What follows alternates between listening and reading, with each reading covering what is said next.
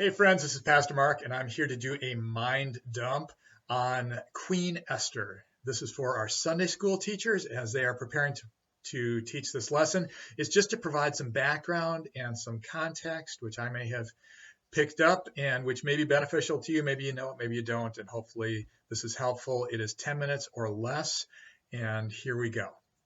Queen Esther. Esther is set a long time after King David and King Solomon, which were the last two lessons we have. If Solomon reigns about 1,000 years before Jesus, after Solomon's reign, the kingdom of Israel splits in half, north and south, with the southern kingdom being referred to as Judah, the northern kingdom being referred to as Israel, although they are both descendants of Israel. The northern kingdom remains a kingdom until around 722 BC, when it is attacked, taken over, and many of the leaders are taken into exile by Assyria. When that happens, the king of Assyria moves other people into the northern kingdom, and their cultures get all mixed up. And the northern kingdom becomes eventually the Samaritans of Jesus' time. Southern kingdom is not taken over by Assyria. They continue to exist until around 586 BC, when they are conquered by Babylon. The king of Babylon takes the leaders and all the prominent people of the southern kingdom into exile, does not move other people in. And so when they eventually come back, they come back as a completed nation. But stuff happens while they are in exile. And one of these stories is the story of Esther. And she is actually the Babylonians, while the Israelites are in exile, are taken over by the Persians. And so the Persian king, Ahasuerus, is king, and as the story of Esther starts off, he is throwing this big celebration, and in the midst of it, he orders his queen, the first of his wives, Vashti, to come in so he can display her beauty. She is throwing a party for the women, he's throwing it for the guys, and Queen Vashti refuses. She doesn't want to be used like this as just a pawn, just this possession to be displayed. And the king is upset by this, and his advisors are like, "Oh, well, this is outrageous. It's insubordinate, and you can't stand for this, because now every wife in the world will not have to listen to her husband. She must be deposed." And so that's what the king does.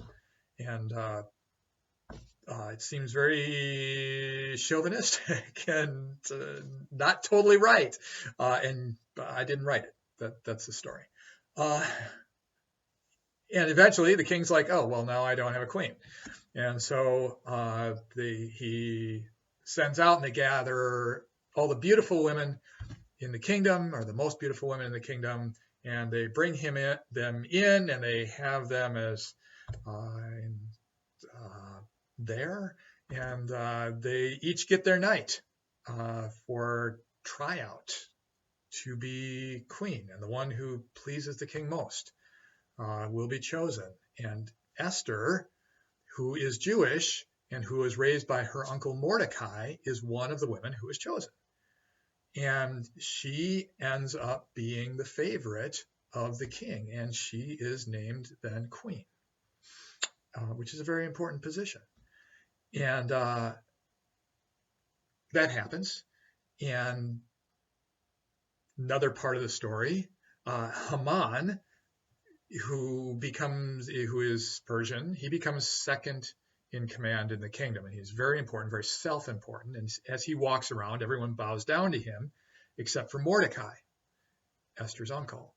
Mordecai is Jewish, and he worships only God, not people, and he doesn't bow. And Haman is really upset by this, that someone is not bowing down to him. And so he decides that he's above killing Mordecai. He's going to annihilate everyone who's Jewish. And he has this scheme, and he pays a bunch of money to the king, and the king says, okay, do as you wish. And because Haman had said, well, there's these people, and they don't obey your laws, and they're separate, and they should not be tolerated, and I'll wipe them out for you. And the king's like, all right, whatever.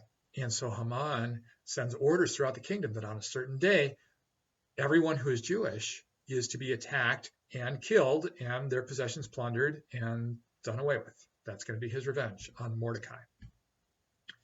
And Mordecai goes to Esther and says, you have the ear of the king. You have to do something about this. And Esther says, well, I can't just walk into his chambers, because you don't go to the king on your own. The king has to summon you.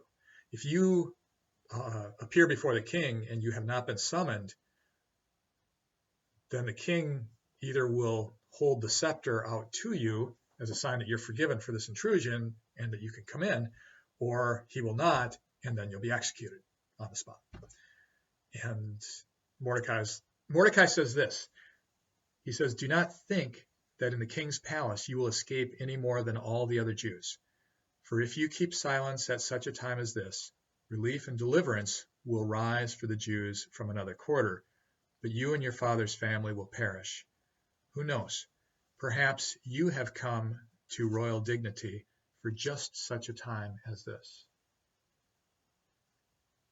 And Esther says, okay, I'll do it. I'll probably be killed, but I will not keep my silence, and I'll speak to try and defend my people from annihilation. And she's like, but you pray for me, and you fast, and I'll fast, and then I'll do this. And it's really a tale of courage as she does. And she appears before the king, and the king does hold out his scepter. The king says, well, what would you like? She says, I would like to throw a banquet for you and for Haman.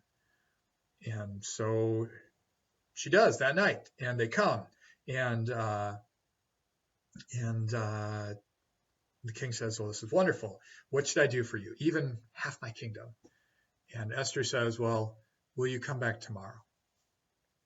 And the king and Haman, they're very happy, and they're honored, and they're like, yes, of course. And in the middle of this whole thing, Haman has prepared a gallows so that he can hang Mordecai, because he just hates him that much. And the next day, and it ends up, the king ends up asking Haman how to honor someone, and he wants to honor Mordecai. Haman doesn't realize this, and then Mordecai ends up coming out good for it, but it doesn't matter. The Jews are all going to be killed anyway. They come back for the second night of feasting, and the king says, what should I do for you to Esther? And Esther says, well, I wouldn't ask this, except there's somebody seeking my life and the lives of all my people, and they want to kill me, and so I'm asking that you would save us. And the king says, well, who is this person? And she points at Haman and says, him. He's trying to kill all of us. And the king is dismayed by this. He steps out for a moment. Haman throws himself on Queen Esther, is like begging for his life. The king walks in and says, what, now you're attacking my wife in front of me? And in fury, he orders Haman to be hung on his own gallows that he had prepared for Mordecai. And then they write a law which says that the Jews, which were to be attacked, they have the right to defend themselves against any armed attack and to take vengeance on their enemies. And the people are saved. And it's because Queen Esther had the courage to speak out. And it really means for any of us, the circumstances of our lives that God gives us, sometimes maybe we're put there because God has something special prepared for us. And it may take courage, and it may take determination to do the right thing. And it may be scary. But for just such a time as this, God can do great things through us. And so, like, God bless you as you are teaching. Sorry, I can't speak. Our young people, and as you're passing down these family stories of faith. Have a good day.